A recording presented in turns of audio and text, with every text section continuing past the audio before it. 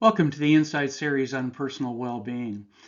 We've been focusing on major daily health-related lifestyle choices, and our issue for this week is, what about the importance of drinking enough water every day?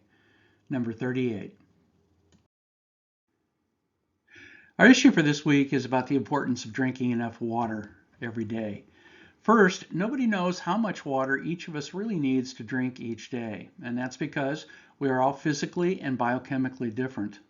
However, there is general agreement among the scientific and medical community that men need at least 104 ounces, or in 12-ounce glasses, about 9 glasses, and women 72 ounces and about 6 glasses of water per day.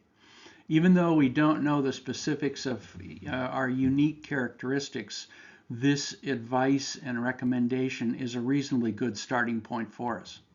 The second point is that most of us don't consume this recommended level of minimum water consumption. Unfortunately, we don't drink enough, and water that is. We can get dehydrated, which carries significant health risk. Warning signs of dehydration include urine that's dark yellow in color, feeling of weakness, low blood pressure, dizziness, or confusion.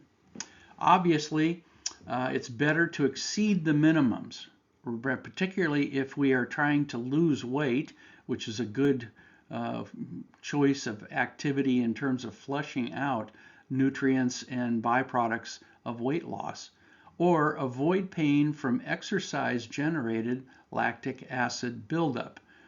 So if you're pushing yourself on your workout, you in fact are going to feel some pain unless you do consume water to help your body recover. The third point is the benefits of drinking more water are pretty extensive. I'm going to go through a long list here, and I hope it doesn't bore you, but it at least shows you how important this particular activity is to our personal well-being.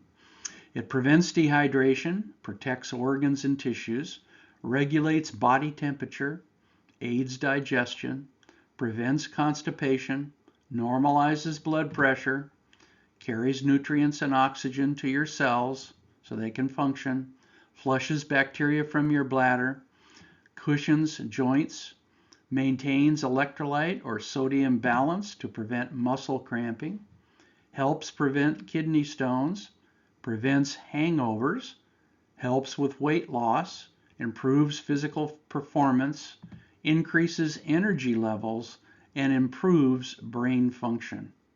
That, I think you'll agree with me, it's not a bad starting point for personal well-being. Fourth, you can start with a serious personal commitment to boost your daily water consumption. And no change or no improvement is going to occur without you making a serious personal commitment. Then you need to find a way that works for you from the various tips and techniques for increasing that water consumption. So consider some of the following popular options. Drink a glass of water every time you eat, brush your teeth, take a supplement, or use the bathroom. So you're using various trigger events to remind you to take water and drink water. Carry a water bottle with you and then drink your minimum number of refills every day.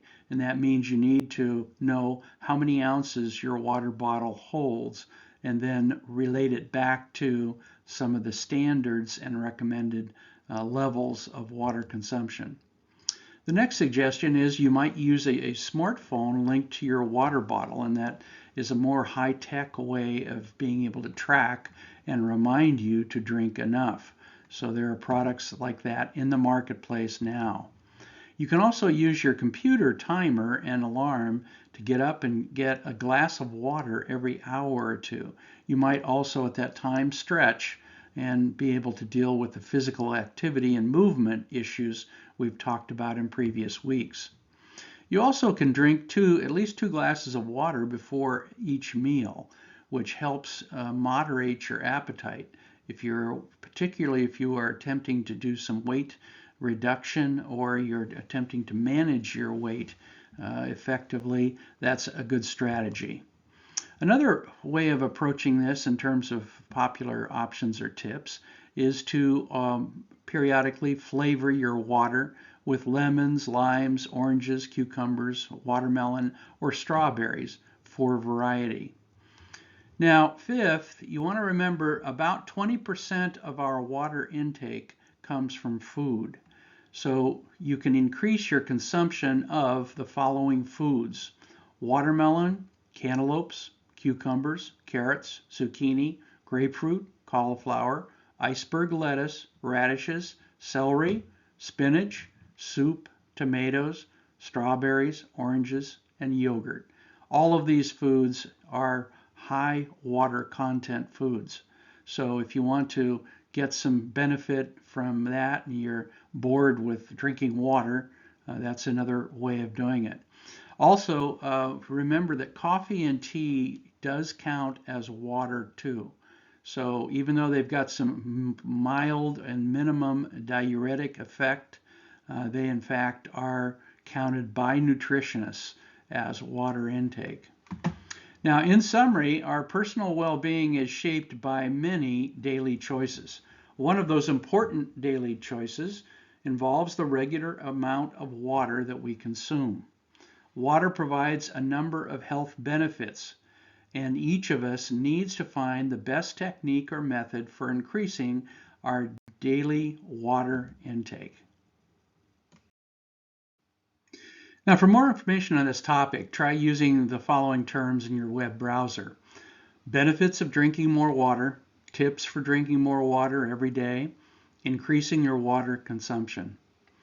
Next week, we'll address the question, what about the importance of our food choices for lunch and dinner? We encourage you to live well, live wise, live long.